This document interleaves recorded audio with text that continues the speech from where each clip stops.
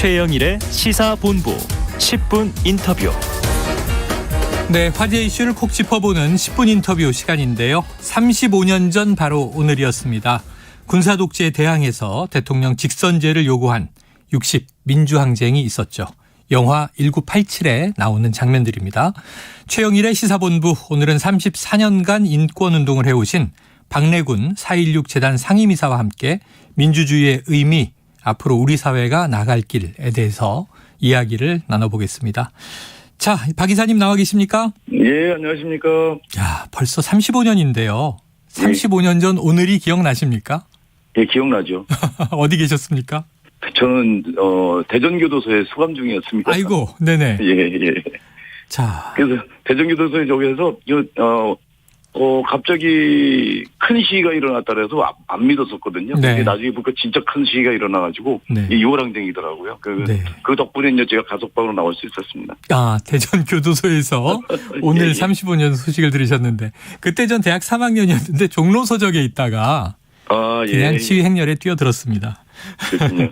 예. 자, 제가 듣기로는요, 박 이사님 그 꿈이 소설가셨다고 들었는데, 예. 어떻게 학생운동에 참여하신 겁니까? 제가 이제 소설을 쓰고 싶어갖고 연세문학회라고 하는 서클에 들어갔었어요. 네. 이제 동아리 해갖고 이제 그 소설만 쓰고 그렇게 하다가 그해 81년 11월달에 학내 시위가 굉장히 크게 일어나면서 그 학생회관에서 이제 시위를 주도하던 사람이 떨어졌거든요. 네. 4층에서. 근데 거기에 이제 체류탄을 막 쏘고 연행해 가는 걸 보면서 그러면서 이제 이 학생운동에 뛰어들게 됐어요. 네, 당시에 흔하던 장면인데 예. 그걸 또 목격하게 되면 정말 이렇게 피가 솟는 느낌이 있었죠. 예. 자, 당시 80년대 이 네. 청년으로서 우리 사회의 문제점들 좀 어떤 걸 크게 느끼셨어요? 그때는 일단은 좀 광주 학살에 대한 이게 분노가 굉장히 컸었잖아요. 네네. 그래서 전두환 군사 독재를 물리쳐야 된다는 게 아주 뭐 다른 것보다도 그게 이제 가장 컸었고요. 네. 그리고 워낙 이제 전두환 군사 독재 시절이니까 뭐 말도 제대로 못하고 항상 감시받는 어떤 이런 상황들이 그러니까 너무 부자유스러운 거거든요. 이 자유를 어떻게 극복할 것이냐. 우리는 그걸 민주주의라고 생각을 했고, 네. 그래서 이제 그런 부분들을 획득하기 위해서, 그것을 회복하기 위해서, 지식인의 어떤 사명? 이런 것들을 한참 뭐 많이 고민하고 얘기하고 그랬던 것 같습니다. 네. 87년에 60 민주항쟁 그 이후에 자, 이제 5060 지났고요. 2000년대 들어와서 민주화가 크게 진전이 된 상황인데 좀 과거에 비해서 이 변화를 크게 체감하십니까? 예, 그렇죠. 그때 옷을 딱 들어가면 이제 대통령한테도 욕을 해도 되는 세상에 온 거잖아요. 예전에 네. 대통령도 감히 뒤에 욕을 합니까? 잡혀갔죠? 지도대도 모르게 끌려가서 죽을 수도 있는 상황이고 그런 건데요. 뭐 이런 부분에서 보면은 확실히 민주화가 된 거는 되긴 된 거죠. 네. 이 도리어 이제 이런 민주주의가 발전했음에도 했는데 이제 사회 경제적인 민주주의까지 가지 못하여서 이제 좀 문제가 있지만 어쨌든 이런 정치적 민주주의나 이런 부분들에서는 상당한 발전이 있는 거죠. 네, 상당히 발전했다. 그래도 혹시 부족하다고 느끼시는 부분이 있다면 어떤 걸까요? 방금 전에도 얘기했지만 이제 이게 양극화 현상이라든지 차별과 혐오 이런 부분이 난무한 문제라든지 네. 이런 부분들 같은 경우가 가장 심각한 문제 아닐까. 그리고 이제 지금 최근에 이제 기후위기까지 이제 겹쳐졌잖아요. 뭐 이런 부분들을 해결해 가야 되는데 지금 정치하는 사람들도 그렇고 이게 별로 관심을 안 가져갖고 걱정이 많습니다. 네, 경제, 환경 이런 부분들.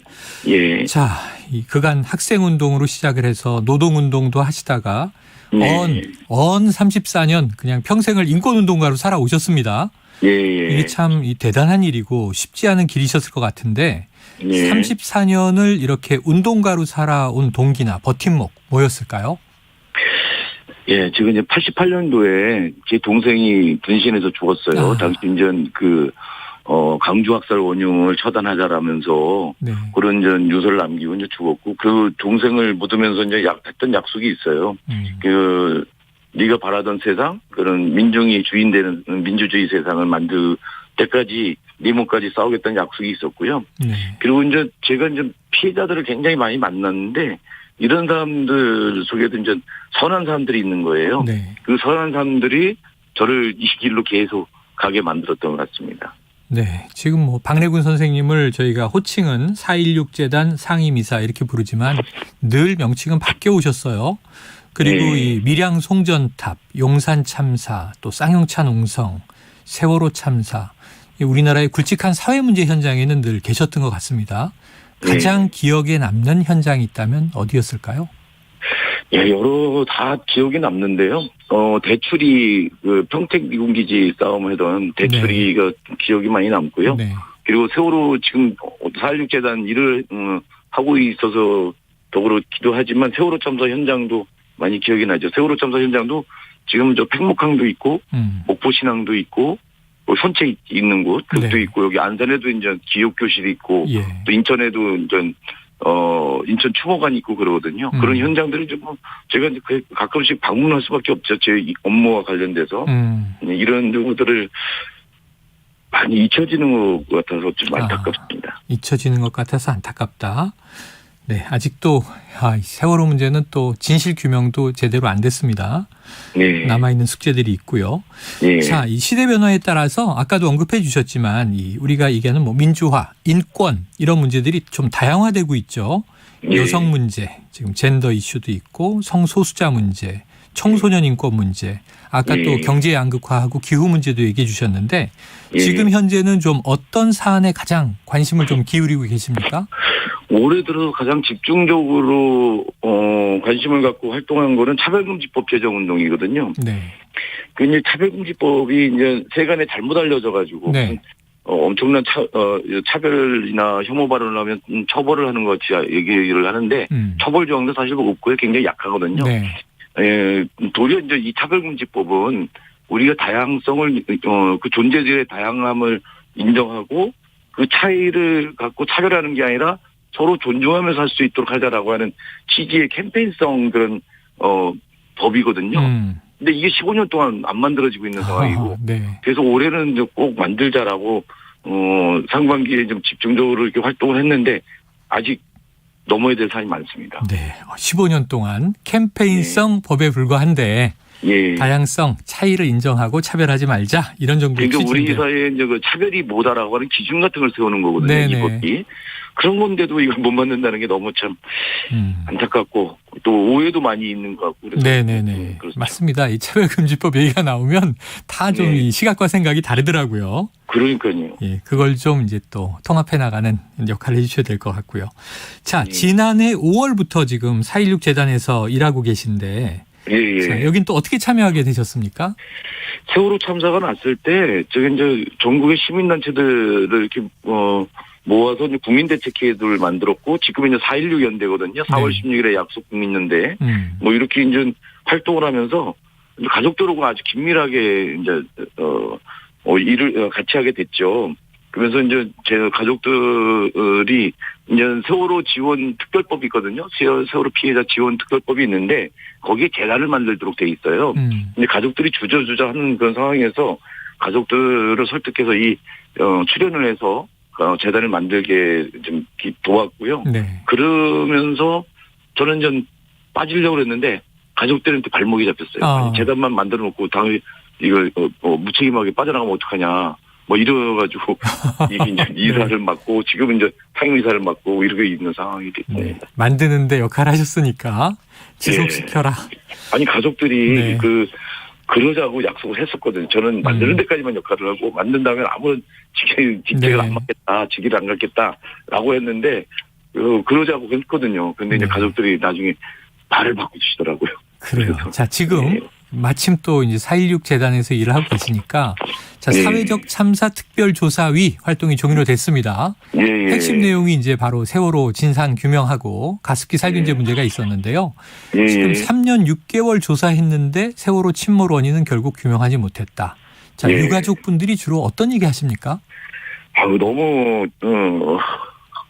이제 진상규명 끝난 거냐 이게 진상규명은 안 됐는데 이제 진상규명 더 이상 할 수 없다는 거에 대해서 엄청 뭐 불안해하고 또 불만도 있고 분노하시고 뭐 이러는 거죠. 그리고 그동안 이게 되도록 과연 정부는 도왔는지 협조했는지 또 왜 거기 곳곳에서 이렇게 이제 가로막히는 이런 부분들이 또 많았는지 거기에 이제 사회적 참사 특별조사위원회도 활동을 아주 썩 잘한 것 같지 않거든요.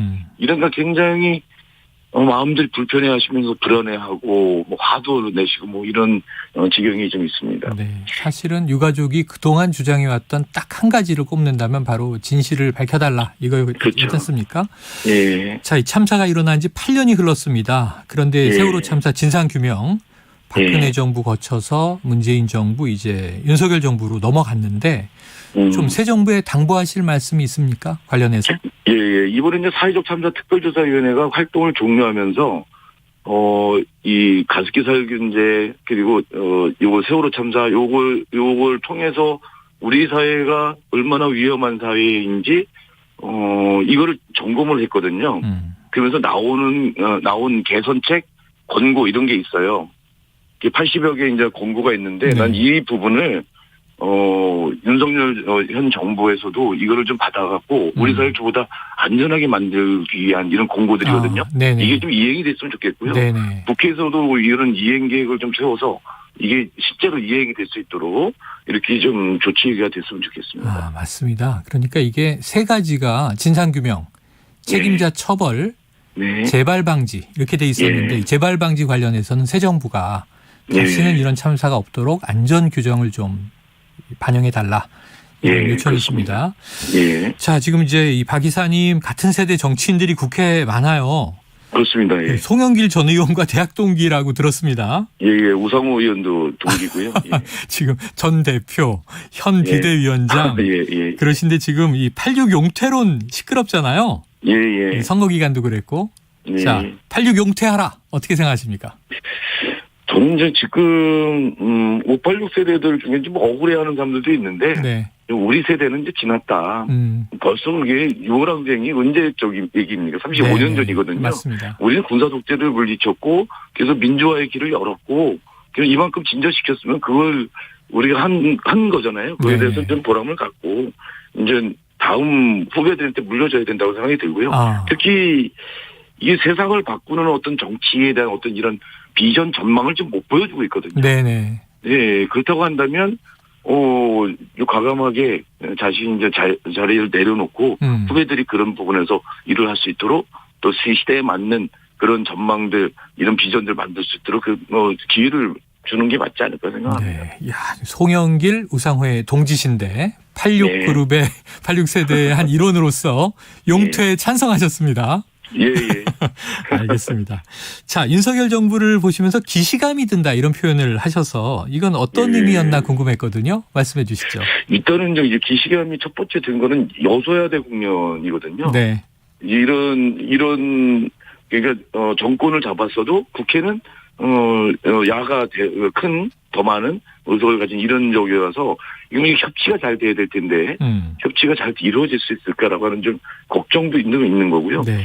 또 이명박 박근혜 정권 때의 그 정권들이 저질렀던 어떤 실수 뭐 이런 부분들 특히 이제 권력을 사유한다든지 독점한다든지 이런 거하고 좀 비슷한 양상으로 좀 가는 것 같아갖고 제가 이제 그런 얘기를 좀 하고 있는 거거든요. 네네. 지금 너무 이제 검찰 출신의 저거를 갖다가 다 요직에 지금 해놓고 있어서 검찰공화국이다라는 말이 나오고 있잖아요. 네네. 이런 부분들은 좀 항상 이렇게 도가 지나치면 좀 문제가 되거든요. 네. 이게 너무 쏠려 있어서 좀 걱정이 아닐 수 없습니다. 네, 인사 편중과 좀 과거의 이제 나쁜 관행으로 돌아가지 않았으면 좋겠다. 이런 조언으로 이제 정리해 보고요. 자, 여전히 현장 활동가신데 앞으로의 계획은요? 예, 저는 이제 2024년 세월호 참사 10주기까지 하면은 제 임기가 끝나거든요. 네. 임기 끝나고 나서 소설도 쓰고 네네. 제가 경험했던 일에 대한 사건들이 있거든요. 네. 이거 기록을 좀 남겨놔야 되거든요. 이게 제가 혼자 한 게 아니라 같이 그 시대의 그 큰 사건들 이런 거에 제가 어쨌든 그 중심에 있고 그랬기 때문에 그런 것들을 정리해 놓는 것도 이제 제 일인 것 같습니다. 그래서 기록도 남기고 소설도 쓰고 하려면 이제 죽을 때까지 해야 될 일이 굉장히 많습니다. 자, 2024년 이후 박래군 작가의 소설을 기대해 보겠습니다. 예. 네, 오늘 말씀 잘 들었습니다. 감사합니다. 예, 고맙습니다. 예, 지금까지 인권운동가 4.16 재단 박래군 상임이사였습니다.